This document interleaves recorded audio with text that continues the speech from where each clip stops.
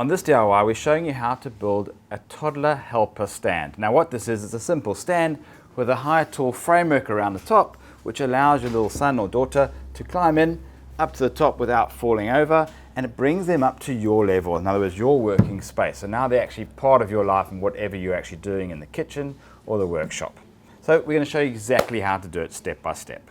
With this DIY, I've tried to keep it simple by using one type of timber, one size, 22 by 69 planed all round timber. And obviously I've just cut it to all different lengths. I haven't done it. I've got the guys at Builders to cut it all to size for me, so that all that's left is the assembly part, which is the fun part. Let me show you what tools that I'm going to be using for this DIY. So I've got a whole range of tools over here, and you don't need them all. We'll pick that up throughout the DIY. We're starting off with a good old favorite, being a cordless drill. I've got my best tool in the world, which is a Kreg pocket tool maker. And I've got some quick clamps, got some Kreg screws, we've got some wood fill if we need it, we've got some wood sealer, we've got wood glue, we've got some gel stain, we've got a paintbrush, a sponge and some gloves, and I've got an orbital sander, and I've got a router as well. You may not need the router, but I just want to put that finishing touch onto mine. What I like to do with my timber is actually place it all out into position and actually kind of build the framework how I've set it up. Then that way you can just mark all the positions where the pocket holes need to be. You can also mark up every member so you don't kind of lose the plot along the way. There's my two sides. I've kind of built the structure. Now I'm just going to mark up exactly where I want to put my pocket holes.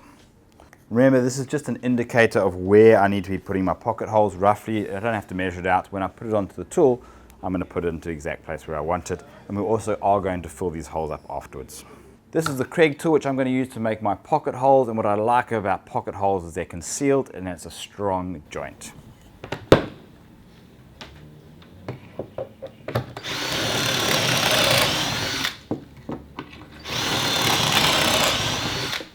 As you can see, it does make quite a bit of mess. With the Kreg tool, it has got a fitting which allows your vacuum to connect to the back, and keeps things a lot cleaner. There's all the pocket holes for my framework. Now for my steps and my back pieces, I'm also going to have pocket holes too. 2 in every piece on every side. 2 there and 2 there. All my pieces are now prepared. I've got all the steps, all the pocket holes in the steps in the back and sides. And now we can start assembling our structure. Now to keep my hands as free as possible, I like to secure the timber to my bench. Line that up square. And I'll make use of these Automax clamps. What these do, these actually adjust to whatever size you're working with automatically. So it makes your life so much easier when doing a DIY. That's secure. Put in my screws. I'm happy with that. All my screws are in position. We've got a little bit of a production line going. What I am going to do is just put a little bit of wood glue between the mating surfaces just to add it along. You don't always need it with the Kreg tool, but I like to be extra safe. Now as you screw these two together, it's designed that the screws actually pull the two pieces of timber together to make that strong joint. And because I've got everything cut square, I know that everything's going to be neat and square. Now you'll see I'm not using a tape measure too much. What I like to do is actually use my existing pieces to make sure I've got everything to the right height. So this is the bottom leg that is going to be holding this bottom brace, and I know it's going to have to be the same size here, so I'll use that as a spacer instead of actually measuring it. That way I know it's exactly right. Now that's the height of my first step. I want the second step to be the exact same distance. So I'm going to use the same spacer as my marker, and that's where my next piece is going to go in.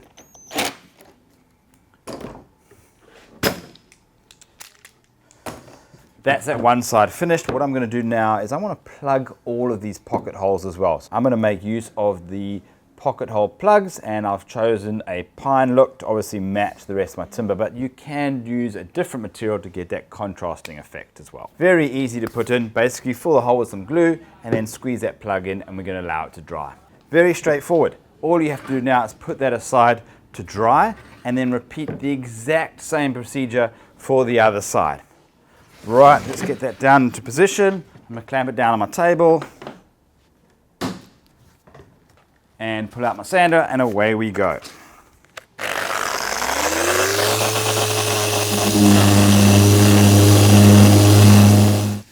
I'm happy with that. What I'm going to do is I'm going to make use of my router and take it all the way around the edges to give that rounded edge. You don't have to do that. You can just sand it off with some sandpaper just to get rid of those sharp corners if you wanted to.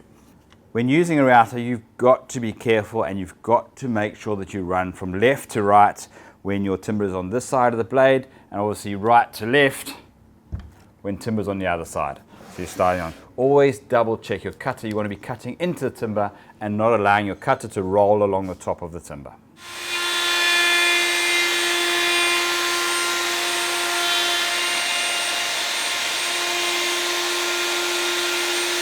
Now that you've routed all the edges, I'm going to do exactly the same for the back pieces and the steps.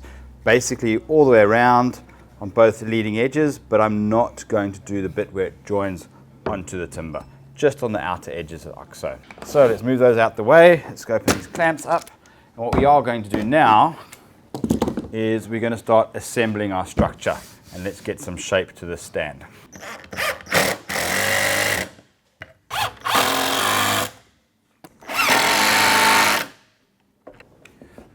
That's our framework. We've got some structure to it now. What I'm going to do next is put in the steps in between here and here. It's actually easier to work upside down for this particular one.